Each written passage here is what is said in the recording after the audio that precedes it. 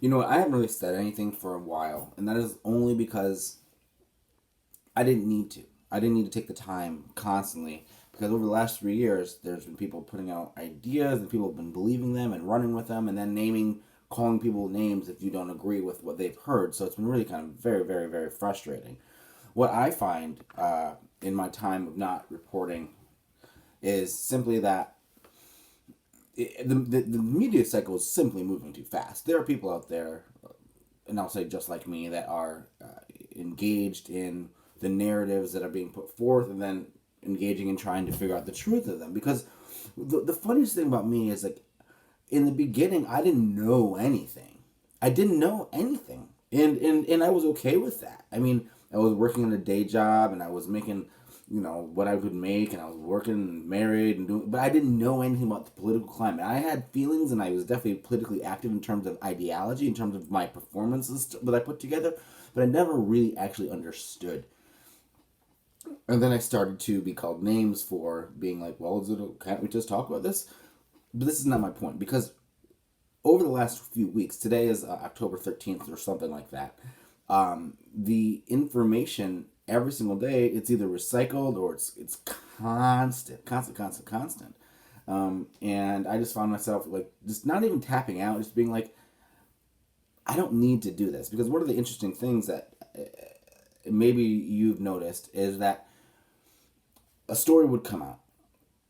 And then, oh, sorry, I am talking about the presidential elections. I am talking about Trump. I am talking about Biden. I am talking about corruption. I am talking about all these things. So, but because before something would come out, and then literally, just take the Covingtons for example. They came out, and the whole story rose and blew, and then the truth hit, and then people are like, well, wait. So, like, if all you have to do is wait a minute or a day. It used to be you would have to wait a week or a week and a half. Now you only have to wait a day before it's either debunked or literally just switch to something different. Have you ever thrown pasta at the wall to see what sticks? And by the way, I've cooked pasta. You don't you don't do that because anyway, I found myself in a kind of weird place where I would see people speak about things and I would just be like, whatever, you know. It was a malaise that passed over me. Um, it was in this an annoying frustration that I've been literally almost every day for the last 4 years up until recently, posting my opinions, posting my thoughts, and to be honest, I put it out there so that in years to come, my sons, if I happen to die, um, that they can go back and kind of have an idea of a concept of what I think or how I think, good or bad, but at least they'd know who I attempted to be.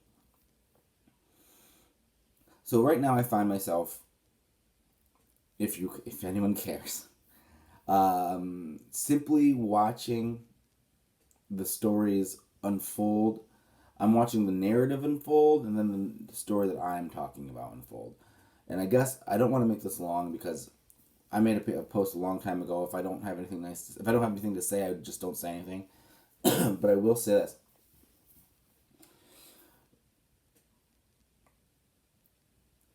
RussiaGate, Nellie or Bruce DNC, Steele Dossier, Klein Smith, Brennan, Clapper, Fusion GPS, New York Times, Pulitzer award-winning journalists lied. And they lied and lied and lied and lied. And what really frustrates me is the fact that the same people have continually, let's not say lie, because, well, I will say lie, fuck it. I have 17 subscribers. Lied.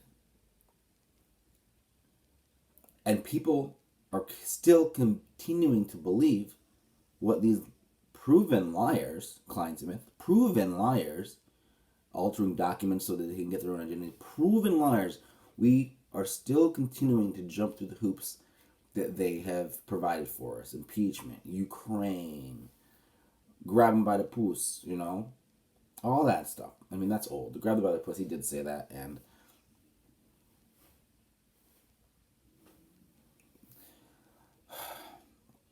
So I'm going to kind of find an ending because, again, I don't have much to say. But before I go, I usually talk about, I don't talk about the news, I don't talk about people, I talk about the feeling.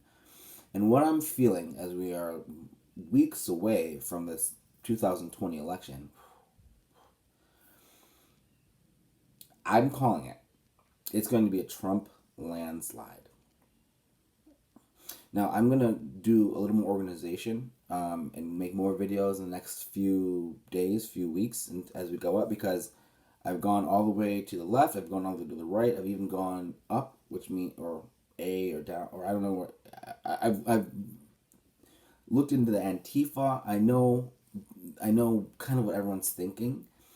I do think that it's going to be a Trump landslide.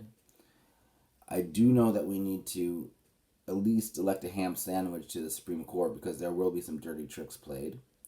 And I do believe that people that don't care about Donald Trump or Biden or Jo Jorgensen, respect, she's running as well, are going to just simply continue to try to put violent actions in the eyes of Americans and the world so that hands can be forced. And I guess I'll say one more thing before I go.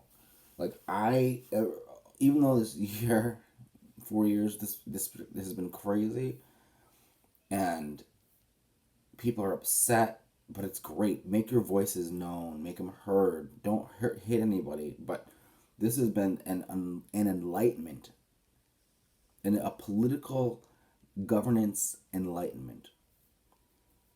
So I'm so happy to everyone that I've fought with. I'm so happy to everyone that's called me names. I'm so happy to everyone that has sent me videos, or I'm so happy to everyone who is engaging, because we now, with Donald Trump, we would not have had this with Hillary, and we all know this.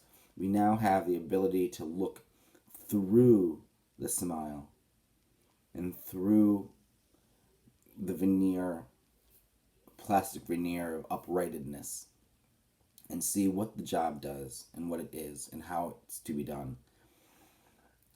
Again, I'm going to make more videos, but I hope that I'm able to send $1 billion over to another country where my son works so that he can get paid and then send money back to me. That's all I really hope. Peace out, peeps.